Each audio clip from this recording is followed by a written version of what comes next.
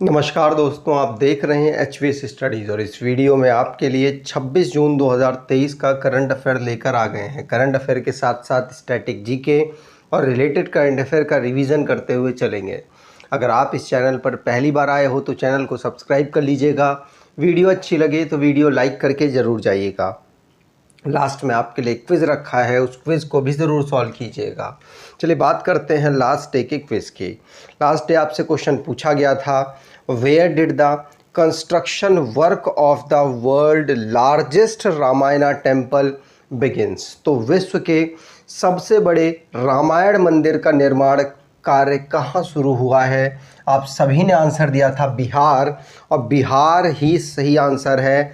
बिहार के ईस्ट चंपारण में ये कार्य शुरू हुआ है। आज के पहले क्वेश्चन की बात करें तो आज का पहला क्वेश्चन है, what is ranked of India in gender gap report for 2023। तो जेंडर गैप रिपोर्ट में भारत की रैंक इस बार क्या रही है? आंसर होगा भारत की रैंक रही है 127। ध्यान रखिएगा 127 भारत की रैंक रही है। टोटल 149 कंट्री यहाँ पर पार्टिसिपेट, मतलब यहाँ पर लिस्ट जारी की गई WEF के द्वारा, वर्ल्ड इकोनॉमिक फोरम के द्वारा इस रिपोर्ट को तैयार किया गया, जिसमें भारत की रैंक 127 रही और 146 टोटल कंट्री यहाँ पर थी। यहाँ पर बात करें पहली पोजीशन किसको मिली, तो नॉर्वे, फिनलैंड और स्वीडन पहली, दूसरी, तीसरी रैंक पर ये रहे हैं। इसकी बात करें तो ये जेंडर गैप रिपोर्ट जो जारी हो रही है, जेंडर गैप इंडेक्स जो जारी हो रहा है, ये 2006 से इसको जारी किया जाना स्टार्ट किया गया था वर्ल्ड इकोनॉमिक फोरम के द्वारा।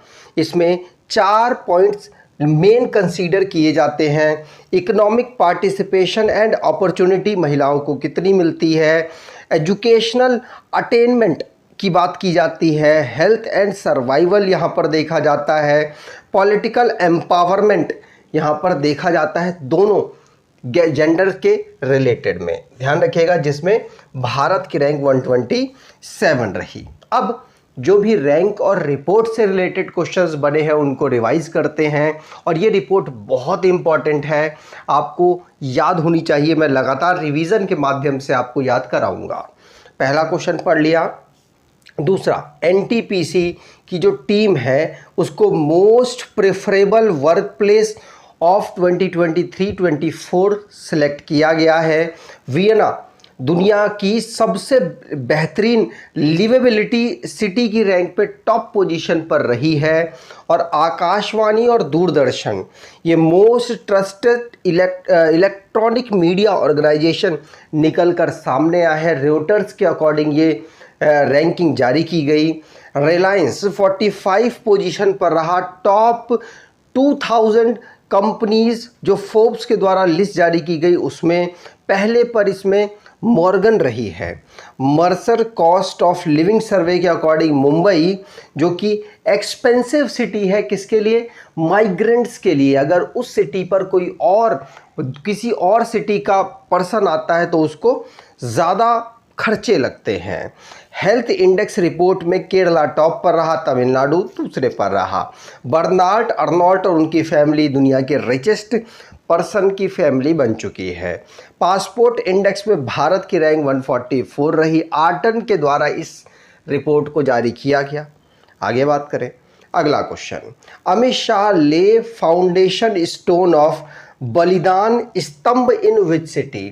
तो बलिदान स्तंभ अमित शाह जी के द्वारा कहाँ पर इसका फाउंडेशन स्टोन रखा गया? आंसर होगा इसका फाउंडेशन स्टोन श्रीनगर में रखा गया है। ध्यान रखिएगा ये समर की कैपिटल है जम्मू एंड कश्मीर की।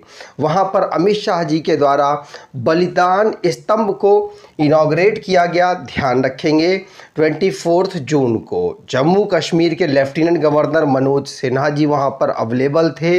याद रखिएगा इसमें उन सभी लोगों को ट्रिब्यूट देने की बात की गई है जो कि जिन्होंने अपनी वीरता देश के लिए दिखाई है, देश को समर्पण किया है अपना जीवन, उन सभी के लिए यहाँ पर एक आइडेंटिटी नाम की एक स्ट्रक्चर बलिदान स्तंभ डेवलप किया गया उनके रिस्पेक्ट में। ठीक, चलिए, अब जम्मू कश्मीर की बात हुई है तो 31 अगस्त 2019 को इसे फॉर्म किया गया था यूनियन टेरिटरी के रूप में। कैपिटल इसकी समर की श्रीनगर है और विंटर की जम्मू है। मनोज सिन्हा जी गवर्नर हैं। 36 काउंसिल की सीटें हैं असेंबली में, 89 सीटें इसके पास हैं। अगर आप कोई ई बुक देख रहे हैं और आप यकीन मानिए अभी रिसेंटली में एग्ज़ाम चल रहा है DSSB का, दिल्ली में गवर्नमेंट जो एग्ज़ाम्स होते हैं कराने वाली संस्था है उसका, और वहाँ पर जो करंट अफेयर पूछा जा रहा है वो बहुत बेहतरीन बच्चे परफॉर्मेंस करके आ रहे हैं, तो आप इसको ज़रूर परचेज़ कर लीजिए। यहाँ से काफ़ी करंट अफेयर आपको मिल जाएगा। अभी रिसेंटली में एक हैप्पीनेस का क्वेश्चन पूछा गया जिसमें 2022 की रिपोर्ट पूछी गई। एक यूनाइटेड नेशन के द्वारा जो एनवायरनमेंट से रिलेटेड रैंकिंग जारी की जाती है उसमें भारत की रैंक पूछी गई। आपको पता है भारत ने उस रैंकिंग में सबसे ख़राब परफॉर्मेंस किया था।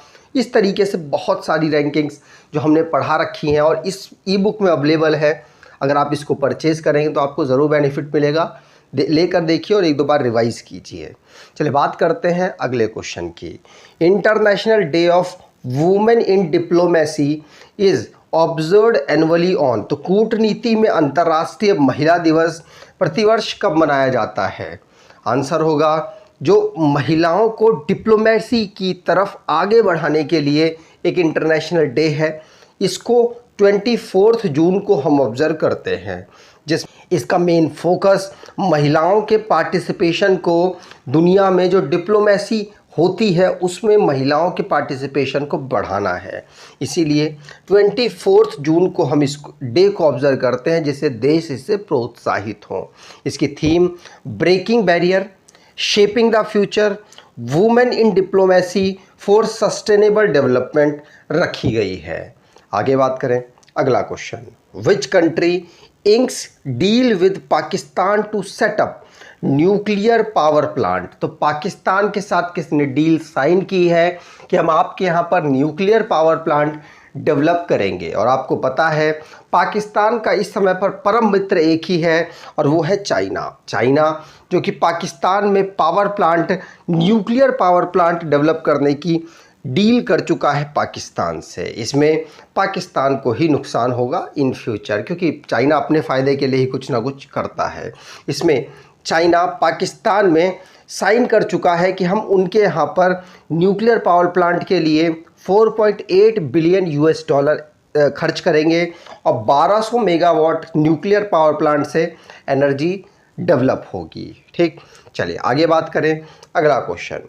विच union minister flagged of Bharat in Paris campaign, तो किस केंद्रीय मंत्री ने भारत इन पेरिस अभियान को हरी झंडी दिखाई है? ये कोई और नहीं, देखिए अनुराग ठाकुर जी हैं जो कि हमारे स्पोर्ट्स मिनिस्टर हैं और ब्रॉडकास्टिंग के मिनिस्टर हैं। इन्होंने भारत इन पेरिस क्यों कैंपेन चलाया? क्योंकि इंडियन ओलंपिक एसोसिएशन के द्वारा इसको चलाया गया और भारत के एथलीट्स को पेरिस जैसी पूरा माहौल देने के लिए कि आप यहाँ पर एक वार्म अप कर लीजिए और अगर आप यहाँ परफॉर्म करते हैं तो आप डायरेक्टली पेरिस पर भी ऐसा ही परफॉर्म करेंगे, क्योंकि आपको पता है 2024 में पेरिस में विंटर ओलंपिक ऑर्गेनाइज होने वाला है, जिसमें माफ़ कीजिए समर ओलंपिक ऑर्गेनाइज होने वाला है जिसमें भारतीय पार्टिसिपेट करेंगे। तो उनको प्रोत्साहित करने के लिए एक मैराथन का ऑर्गेनाइज किया गया इंडियन ओलंपिक एसोसिएशन के द्वारा। आपको पता है 2024 में पेरिस में ओलंपिक होगा, समर ओलंपिक होगा और इसके बाद लॉस एंजलिस में अगला 2028 वाला समर ओलंपिक होगा। ठीक, और टॉप्स मतलब टारगेट ओलंपिक पोडियम स्कीम के अंतर्गत 2014 से इस स्कीम को चलाया गया और जो एथलीट्स हैं उनको प्रमोट किया जाता है और वो ज़्यादा से ज़्यादा भारत को ओलंपिक में मेडल दिला पाए, और ऐसा करने में भारत सरकार भी सफल रही है। अब स्पोर्ट्स से रिलेटेड जो करंट अफेयर बने हैं उनको रिवाइज करते हैं। पहला क्वेश्चन पढ़ लिया। दूसरा, क्रिस्टियानो रोनाल्डो जिन्होंने गिनीज वर्ल्ड रिकॉर्ड में अपना नाम दर्ज कराया क्योंकि उन्होंने टोटल 200 इंटरनेशनल फुटबॉल में मैच खेल लिए हैं। भारत पहली वुमेन कबड्डी लीग को दुबई में इनॉग्रेट कर चुका है। इजिप्ट वर्ल्ड स्क्वैश चैंपियनशिप को दोबारा जीत चुका, पिछले साल भी, पिछली बार भी यही जीता था और इस बार भी यही जीत गया। चेन्नई तमिलनाडु में इसे ऑर्गेनाइज कराया गया। मलेशिया यहाँ पर रनर अप रहा है। एशियन क्रिकेट कप जो कि पाकिस्तान और श्रीलंका होस्ट करने वाले हैं। फ्रेंच ओपन टेनिस में world number 1 player women category में ईगा स्वितेक जो कि पोलैंड से बिलोंग करती हैं, उनके द्वारा जीत लिया गया। और मैन की बात करें तो नोवाक जोकोविच ने इसको जीता है, जो कि सर्बिया से बिलोंग करते हैं। ऑस्ट्रेलिया के ट्रेविस हेड ने सेंचुरी मारी है और WTC वर्ल्ड टेस्ट चैंपियनशिप में, और वर्ल्ड टेस्ट चैंपियनशिप में 100 मारने वाले वो पहले प्लेयर बने। और आपको बता दूं कि ऑस्ट्रेलिया के द्वारा ही WTC जीत लिया गया। मनीषा जो कि भारतीय रेसलर है, इनके द्वारा UWW रैंकिंग सीरीज़ में जो कि बिस्केक में ऑर्गेनाइज कराई गई गोल्ड मेडल जीता गया। मैक्स वर्स्टप्पन ने स्पेनिश ग्रैंड प्रिक्स जीती। नीरज चोपड़ा दुनिया के जेवलिन थ्रो में नंबर 1 प्लेयर रैंकिंग में बन गए हैं। अगला question, 8th edition of the global pharmaceutical quality summit at which city organised. तो 8वें नंबर की ग्लोबल फार्मास्यूटिकल क्वालिटी समिट को कहाँ पर ऑर्गेनाइज कराया गया? आंसर होगा ये महाराष्ट्र की कैपिटल मुंबई में ऑर्गेनाइज कराया गया। ध्यान रखिएगा, ग्लोबल समिट है जिसमें इनोवेशन, क्वालिटी और ग्लोबल रीच पर बात की गई है। फार्मास्यूटिकल मतलब दवाइयों से रिलेटेड जो पूरी समिट ऑर्गेनाइज कराई गई, जिसमें इन 3 बिंदुओं पर काम किया गया और दुनिया को एक दूसरे की मदद के लिए आगे आने की बात की गई है। याद रखिएगा, इसको मुंबई में ऑर्गेनाइज कराया गया। ध्यान रखेंगे, इंडियन फार्मास्यूटिकल अलायंस के द्वारा इसको ऑर्गेनाइज कराया गया है। जिसके चेयरमैन कौन रहे हैं? तो समीर मेहता इसके चेयरमैन रहे। और किसकी निगरानी में? तो भारत सरकार की निगरानी में इसको ऑर्गेनाइज कराया गया। भारत की जो हेल्थ यूनियन मिनिस्ट्री है उसको कौन लीड कर रहे हैं? तो मनसुख मंडाविया जी लीड कर रहे हैं। और इस जो समिट है इसको 1999 से ऑर्गेनाइज कराया जा रहा है। पहली भी मुंबई में ही ऑर्गेनाइज हुई थी। अगला question, which author wrote a new book titled India's finance minister. तो किस लेखक ने इंडियाज फाइनेंस मिनिस्टर्स नामक नई पुस्तक लिखी है? आंसर होगा ये लिखी है AK भट्टाचार्य ने। किसने? AK भट्टाचार्य ने इंडियाज फाइनेंस मिनिस्टर के ऊपर एक बुक लिखी, जो कि 1947 से लेकर 1977 तक जो फॉरेन मिनिस्टर रहे, उनके फाइनेंस मिनिस्टर है, उनके बारे में यहाँ पर बताया गया है। ठीक, चलिए आगे बात करें। तो जो बुक रिसेंटली में हमने पढ़ी उनको रिवाइज करते हैं। जैसे वॉर एंड वुमेन बुक हमने पढ़ी, डॉक्टर MA हसन ने इस बुक को लिखा है। Basu Chatterjee and middle of the road cinema, इस बुक को अनिरुद्ध भट्टाचार्य जी ने लिखा है। गांधी पॉलिटिक्स एंड सेक्ट, इसको पीयूष बबेले ने लिखा। फूलंगे, इसको लेखनाथ छेत्री ने लिखा है। A matter of the heart education in India, Anurag Bahar ने इसको लिखा। Bipin the man behind the uniform, Rachna Vishwas Rawat ने इसको लिखा है। As God as my world, KM Chandrashekhar ने इस बुक को लिखा। Mundakopanishad the gateway at eternity, doctor Karan Singh ने इस बुक को लिखा। Courting India, England, Mughal India and the origin of empire को नंदिनी दास ने लिखा है। ऑटोबायोग्राफी क्रॉस कोर्ट को जयदीप मुखर्जी के द्वारा लिखा गया। अगला question, which country create history as the first foreign government to promote country through yoga. तो किस देश ने योगा के माध्यम से देश को बढ़ावा देने वाली पहली विदेशी सरकार के रूप में इतिहास रचा है? तो देश के साथ जो रिश्ते हैं वो बेहतर करने के लिए योग एक माध्यम चुना गया है, और ये देश है ओमान ने भारत के साथ रिलेशन को बेहतर करने के लिए वो योग का सहारा लिया और योग के साथ ये एक कोलैबोरेशन करने की कोशिश की गई है। याद रखिएगा, योगा डे के अवसर पर वहाँ पर भी ओमान में भी योग को बड़े मतलब उत्साह और उल्लास के साथ मनाया गया, बहुत सारा पार्टिसिपेशन हुआ, इसी की बात कही जा रही है और पहला ऐसा कंट्री ये बना है। ठीक, चलिए आगे बात करें। अगला question, which country bans Holi to save Islamic identity. तो किस देश ने इस्लामी पहचान बचाने के लिए होली पर प्रतिबंध लगा दिया है? और ये कोई और देश नहीं, ये पाकिस्तान है। भारत के साथ इसकी सीमा 3 राज्यों और 2 यूनियन टेरिटरी के साथ साझा होती है और ये अपने इस्लामिक आइडेंटिटी को बचाने के लिए स्कूल और कॉलेजेस में होली को बैन कर चुका है।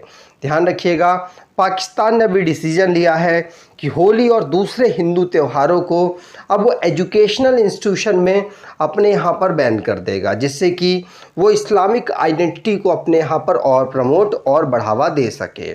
यहाँ के प्राइम मिनिस्टर शहबाज शरीफ है, आरिफ अलवी यहाँ के प्रेसिडेंट हैं, कैपिटल इस्लामाबाद है और यहाँ ये सेकंड लार्जेस्ट मुस्लिम पॉपुलेशन वाली कंट्री है।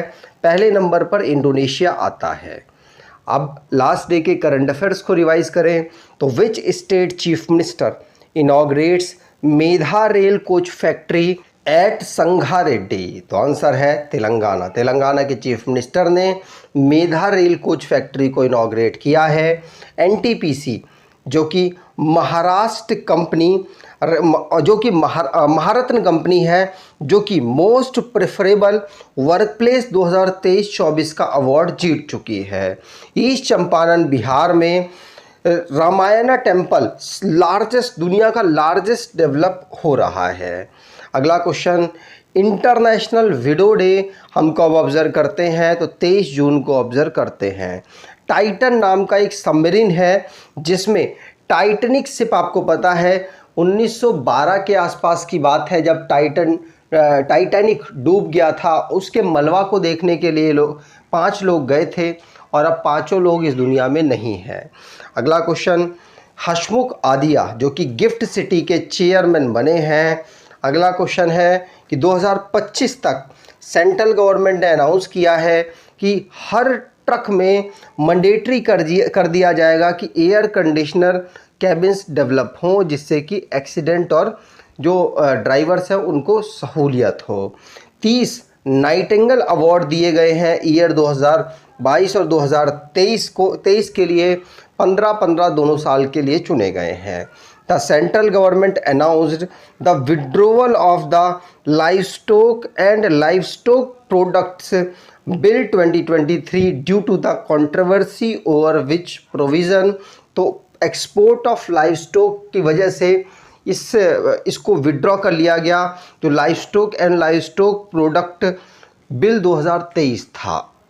अगला क्वेश्चन कि साजिद मिर एक आतंकी है जिसको चाइना ने अपनी वीटो पावर का यूज़ करके UNSC United nation security council में ग्लोबल टेररिस्ट होने से बचा लिया। अब लास्ट डे के क्विज़ को अब आज के क्विज़ की बात करें तो आज आपके लिए क्विज़ है, what is ranked of India in gender gap report for 2023।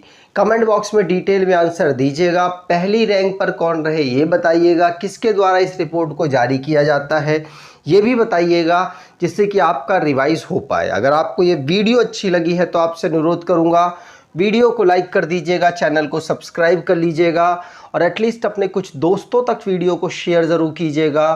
धन्यवाद।